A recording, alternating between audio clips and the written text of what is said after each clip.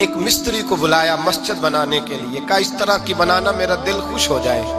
معمار نے، مستری نے مسجد بنائی، بادشاہ سلامت کو پسند نہ آئی تو بادشاہ سلامت نے اس مستری کا ہاتھ غصے سے کاٹ ڈالا، پوچھ کوئی نہیں نہ سکتا۔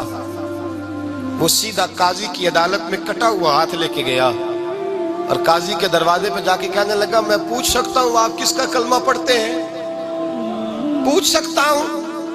تو قاضی کہتے میری کرسی بھی کانپنے لگی اور جس کمرے میں بیٹھا تھا وہ کمرہ بھی کانپنے لگا۔ میں نے کہا سوالی تو بات کر، کہانی پہلے بتاؤ کلمہ کس کا پڑھتے ہو؟ تو قاضی کہتا ہے میری آنکھیں برس پڑی۔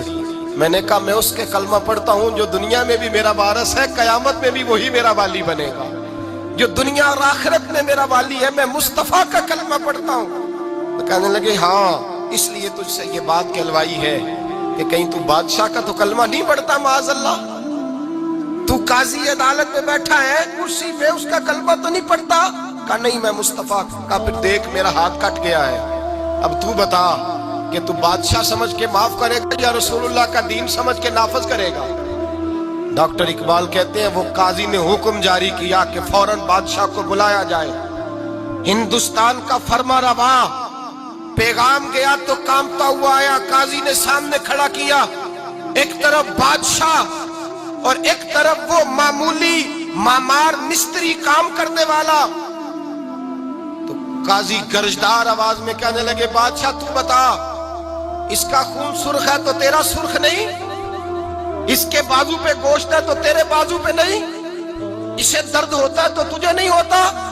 یہ تو نے کیا حرکت کی؟ بادشاہ کی گردن جھک گئی۔ قاضی کہنے لگے پکڑو اس کو باہر لے جاؤ اور اس کا بازو کاٹ دو، اس کا بازو کاٹ دو۔ ڈاکٹر اقبال کہتے ہیں جہاں کانپ رہا تھا سارا کچھ وہاں خوشی کے شادیانے بجنے لگے۔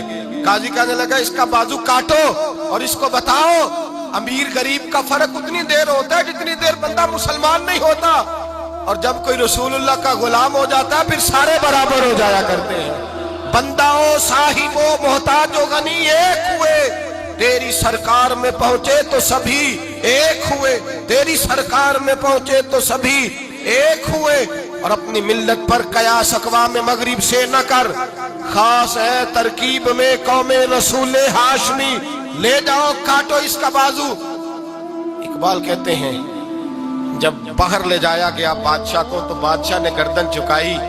وہ مستری کہنے لگا تو نے گردن کیوں جھکا دی ہے، اب کیا ہوا؟